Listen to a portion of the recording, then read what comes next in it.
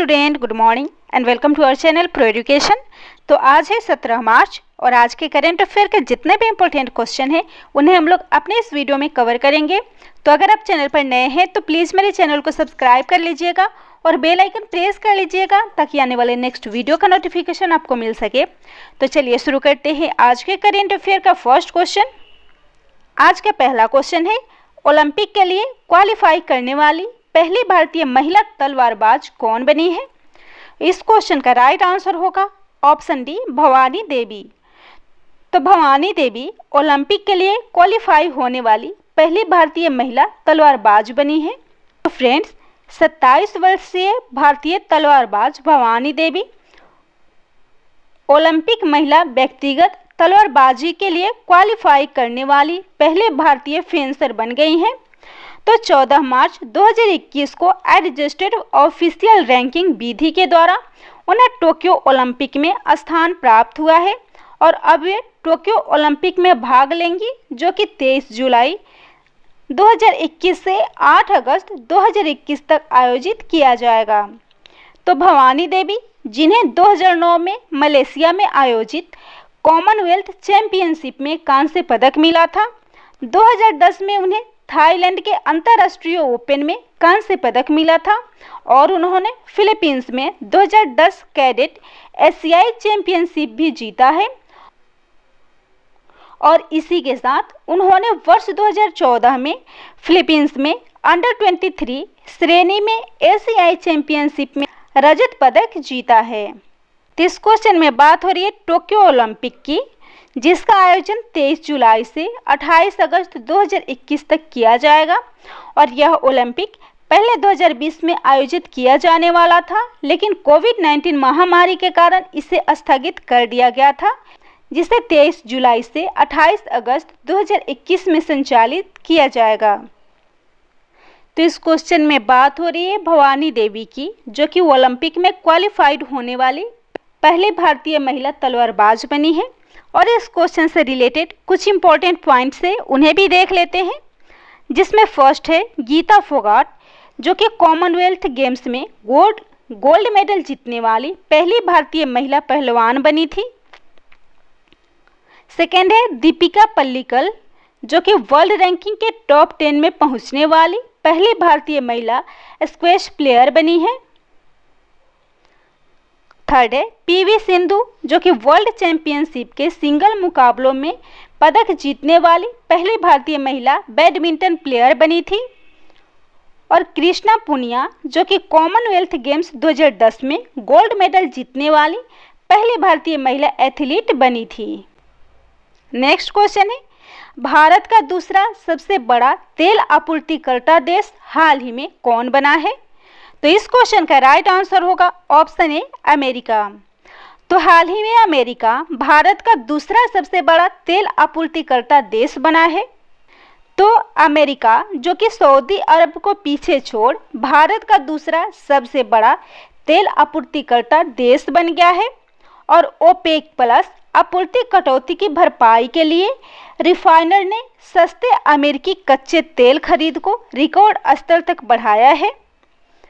तो अमेरिका से भारत का तेल आयात फरवरी 2021 में 48% बढ़कर 5,45,300 बैरल प्रतिदिन के रिकॉर्ड स्तर पर पहुंच गया था और फरवरी में भारत के कुल आयात का यह 14% हिस्सा था, जबकि जनवरी 2021 से सऊदी अरब से भारत का आयात 42% घट गया है और यह घटकर 4,45,200 बीपीडी के दशक के निचले स्तर पर आ गया था। तो इस क्वेश्चन में बात हो रही है अमेरिका की, जिसकी राजधानी है वाशिंगटन डीसी। राष्ट्रपति हैं जो बाइडेन, उपराष्ट्रपति है कमला हैरिस, जो कि भारतीय मूल की एक अमेरिकी महिला हैं। करेंसी है डॉलर और वहाँ की प्रमुख अंतरिक्ष एजेंसी है नासा। और अमेरिका, जो कि हाल ही में संयुक्त राष्ट्र मानव अधिकार परिषद में फिर से शामिल हुआ है और यहाँ हाल ही में the national origin based anti discrimination for non immigrants यानी कि नो बैंड एक्ट फिर से शुरू किया गया है और हाल ही में एंटनी ब्लिंकन को अमेरिका का नया विदेश मंत्री बनाया गया है। अगला क्वेश्चन है, Baanjh incomplete lives of complete women पुस्तक के लेखक कौन है? तो इस क्वेश्चन का राइट आंसर होगा ऑप्शन डी, सुष्मिता मुखर्जी। तो सुष्मिता मुखर्जी के द्वारा हाल ही में Baanjh incomplete life of complete women पुस्तक को लिखा गया है। तो इस क्वेश्चन में बात हो रही है बुक और ऑथर की। तो इस क्वेश्चन से रिलेटेड कुछ इंपॉर्टेंट पॉइंट्स हैं, जैसे कि कृष्णा सक्सेना जिनके द्वारा लिखी हुई पुस्तक है रिसोर्स ऑफ टाइम। सेकेंड है विनीता गोयनका जिनके द्वारा लिखी हुई पुस्तक का नाम है डेटा संप्रभुता। लैमर ओडोम जिन्होंने डार्कनेस टू लाइट नामक पुस्तक को लिखा था। और फिजिकल फेडरलिज्म जिसके लेखक हैं शक्तिकांत दास, डॉक्टर वाई.वी. रेड्डी और जी.आर. रेड्डी। अगला है undaunted saving the idea of India जिसको लिखा है पी. चिदम्बरम ने। अगला है law, justice and judicial power न्यायमूर्ति पी.एन. भगवती अप्रोच, और इस पुस्तक को लिखा है मूलचंद शर्मा ने। अगला है चेंजिंग इंडिया जिसको लिखा है पूर्व प्रधानमंत्री मनमोहन सिंह ने। नेक्स्ट है टिमलेस लक्ष्मण जिसको लिखा है उषा श्रीनिवासन लक्ष्मण ने। अगला क्वेश्चन है 3 ग्रैमी अवार्ड जीतने वाली पहली महिला रैपर कौन बनी है? तो इस क्वेश्चन का राइट आंसर होगा ऑप्शन डी, मेगन थी स्टैलियन। तो फ्रेंड, हाल ही में मेगन थी स्टैलियन 3 ग्रैमी अवार्ड जीतने वाली पहली महिला रैपर बनी है। तो ग्रैमी पुरस्कार जो कि संगीत उद्योग में उपलब्धियों को पहचानने के लिए रिकॉर्डिंग अकादमी के द्वारा प्रस्तुत एक पुरस्कार है और इसे वर्ष 1958 के कलाकारों की संगीतमय उपलब्धियों को सम्मानित करने और उनका सम्मान करने के लिए 4 मई 1959 को पहला ग्रैमी पुरस्कार समारोह आयोजित किया गया था और इसमें एक ट्रॉफी के साथ एक सोने का पानी चढ़ा हुआ ग्रामोफोन दिया जाता है। और इसी के साथ इस क्वेश्चन में दिए गए ऑप्शन को भी डिफाइन कर लेते हैं। इसमें फर्स्ट ऑप्शन है बियॉन्स जिन्होंने सबसे ज़्यादा 28 बार इस ग्रैमी अवार्ड को जीता है और 28 बार इस अवार्ड को जीतने वाली वह पहली महिला सिंगर बनी है।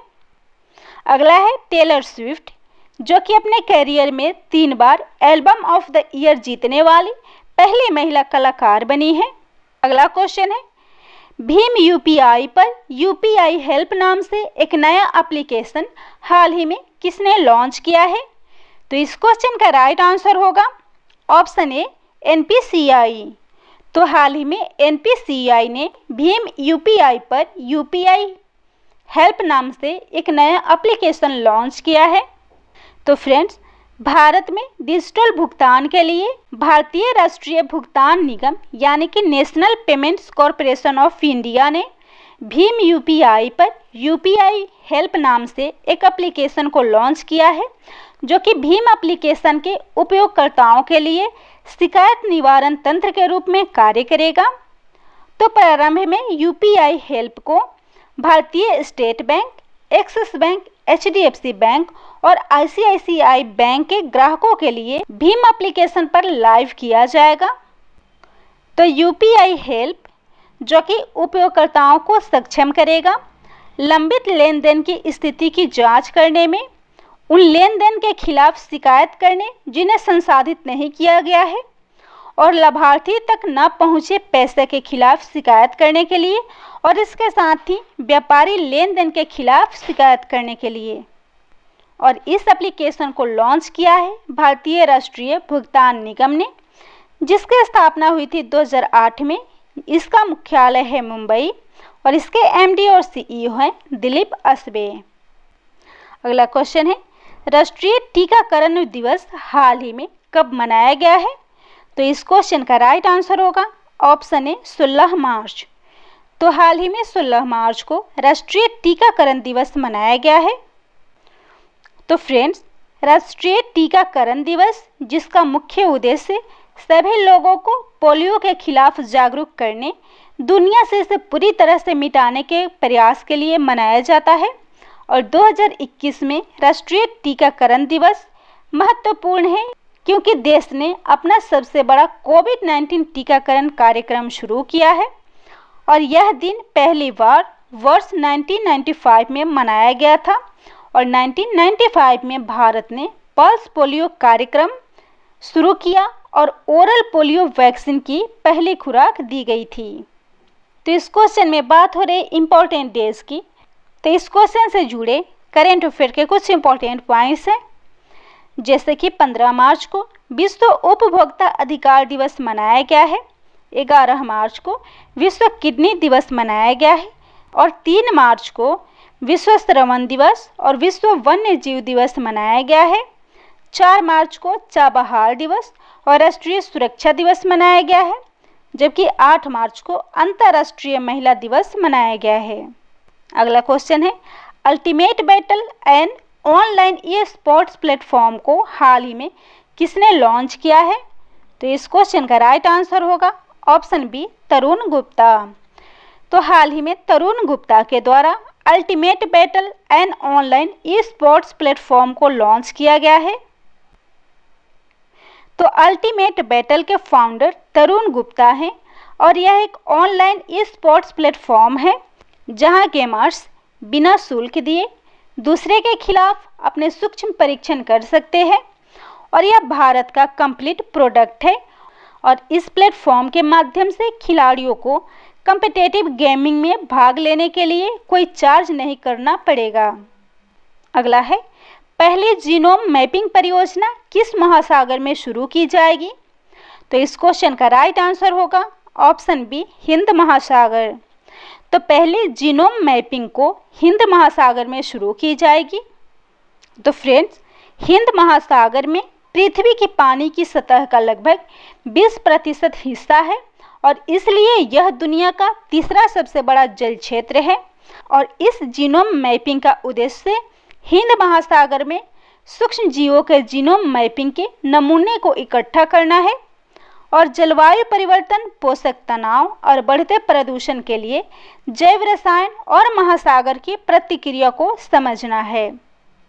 तो इस क्वेश्चन में बात हो रही है जीनोम की। तो जीनोम कलेक्शन, तो इसमें लगभग 5 किलोमीटर की औसत गहराई पर समुद्र के कई हिस्सों से शोधकर्ताओं के द्वारा नमूने एकत्र किए जाएंगे। जैसे कि जीन मैपिंग 20 को इंसानों से एकत्र किए गए रक्त के नमूनों पर किया जाता है, वैसे ही वैज्ञानिक समुद्र में पाए जाने वाले बैक्टीरिया रोगाणुओं में इनका मानचित्रण करेंगे। और जीनोम मैपिंग, जब एक विशिष्ट जीन एक गुणसूत्र के किसी विशेष क्षेत्र में निर्दिष्ट या फिर स्थित होता है और गुणसूत्र पर जीन के बीच और सापेक्ष दूरी का स्थान निर्धारित करता है, इसे ही जीनोम मैपिंग कहते हैं। और इसको शुरू किया जाएगा हिंद महासागर में, जो कि दुनिया का तीसरा सबसे बड़ा समुद्र है और पृथ्वी की सतह पर उपस्थित पानी का लगभग 20% हिस्सा इसके अंदर समाहित है और विश्व में केवल यही एक ऐसा महासागर है जिसका नाम किसी देश यानी कि हिंदुस्तान के नाम पर रखा गया है और इसका प्राचीन नाम भारतीय ग्रंथों में रत्नाकर कहा गया है। अगला क्वेश्चन है, किस प्रसिद्ध पद्म भूषण विजेता चित्रकार का हाल ही में निधन हो गया है? तो इस क्वेश्चन का राइट आंसर होगा ऑप्शन ए, लक्ष्मण पाई। तो हाल ही में लक्ष्मण पाई, जो कि पद्म भूषण विजेता चित्रकार थे, इनका हाल ही में निधन हो गया है। तो friends, Laxman Pai college of art के पूर्व प्राचार्य थे और इन्हें पद्म भूषण, पद्मश्री, नेहरू पुरस्कार और ललित कला अकादमी पुरस्कार से सम्मानित किया गया था। तो इस क्वेश्चन में बात हो रही है प्रसिद्ध व्यक्तियों के निधन की। तो इस क्वेश्चन से जुड़े करेंट अफेयर के कुछ इंपॉर्टेंट पॉइंट्स हैं। जैसे पहला, हाल ही में प्रसिद्ध कथकली कलाकार चेमनचेरी कुनिरामन का 105 वर्ष की उम्र में निधन हो गया है और उन्हें 2017 में पद्मश्री से सम्मानित किया गया था। हाल ही में पूर्व बॉक्सिंग चैंपियन मार्वल्स यानी कि मार्विन हैगलर का निधन हो गया है। हाल ही में प्रसिद्ध मराठी अभिनेता श्रीकांत मोघे का भी हाल ही में निधन हो गया है। आइवरी कोस्ट के प्रधानमंत्री हामिद बकायोको का भी हाल ही में निधन हो गया है और राजस्थान के पूर्व राज्यपाल अंशुमान सिंह का भी हाल ही में निधन हो गया है। अगला क्वेश्चन है, किस राज्य के एक किसान द्वारा सौर कार का निर्माण किया गया है? तो इस क्वेश्चन का राइट आंसर होगा ऑप्शन बी, उड़ीसा। तो हाल ही में उड़ीसा के एक किसान के द्वारा सौर कार का निर्माण किया गया है। तो उड़ीसा के मयूरभंज जिले के सुशील अग्रवाल ने 850 वोल्ट की मोटर और 100 वोल्ट की बैटरी से चलने वाले 4 पहिया वाहन का निर्माण किया है और वह पूरी तरह से चार्ज होने के बाद यह वाहन 300 किलोमीटर तक की यात्रा कर सकता है और उन्होंने इस कार को कोविड-19 लॉकडाउन के दौरान अपने घर पर एक वर्कशॉप के अंदर बनाया था। तो इस क्वेश्चन में बात हो रही है उड़ीसा की, जिसके मुख्यमंत्री हैं नवीन पटनायक, राजधानी है भुवनेश्वर, राज्यपाल है गणेशी लाल। और उड़ीसा में हाल ही में लॉन्च कुछ योजनाएं हैं, जैसे सबुजा योजना, जिसे हरित आवरण बढ़ाने के लिए लॉन्च किया गया था। वंदे उत्कल जननी संगीत को 110 सालों के बाद हाल ही में उड़ीसा का राज्य गीत घोषित किया गया है। वहां ट्रांसजेंडरों के लिए मधुबाबू पेंशन योजना शुरू की गई है और सरकारी भूमि निगरानी के लिए ब्लू स्पाई यूनिट को स्थापित किया गया है। स्वच्छता कर्मचारियों के लिए गरिमा योजना शुरू की गई है। हाल ही में सेचा समाधान मोबाइल एप्लीकेशन लॉन्च किया गया है और सुमंगल और छात्र छात्रवृत्ति वेब पोर्टल को भी लॉन्च किया गया है। तो यह था आज के करेंट अफेयर का टॉप 10 इम्पोर्टेंट क्वेश्चन। अगर मेरा वीडियो आप लोग को अच्छा लगता हो तो प्लीज़ मेरे वीडियो को लाइक कर दीजिएगा, शेयर कर दीजिएगा और मेरे चैनल को सब्सक्राइब कर लीजिएगा।